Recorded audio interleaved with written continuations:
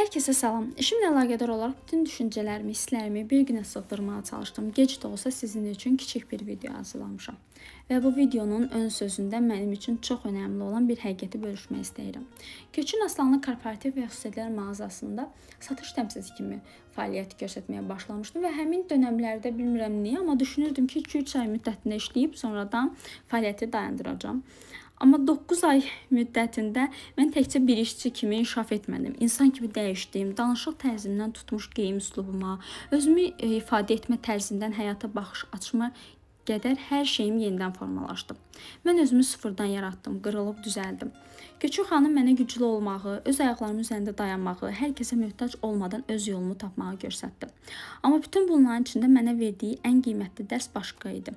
Kiməsə kör-körənə güvənməməyi öyrətdi. Həyatda hər kəsə ümid bağlamağın doğru olmadığını, insanın ən böyük dayağının yenə də öz içində olduğunu başa saldım.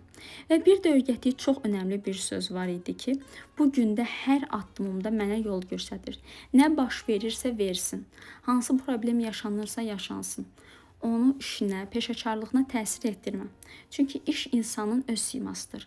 Hər kəs öz çətinliyini yaşayır, amma güc onu idarə edib yoluna davam edə bilməkdədir. Bugün Gülçin xanımın yeni mağazasının açılması münasibətilə ürəkdən təbrik etmək istəyirəm. Qoy bu mağaza onun üçün yeni başlanğıcların qapısı olsun. Bol-bol müştərisi, yüksək qazancı, parlaq uğurları və hər zaman irəli aparan yolları olsun. Qoy Allah işini avand etsin, qəlbinə rəhmət, zəhmətinə bərəkət versin. Onun kimi güclü, zəhmətkeş və insan yetişdirən bir rəhbərin yenidən yol açması hamımız üçün nümunədir.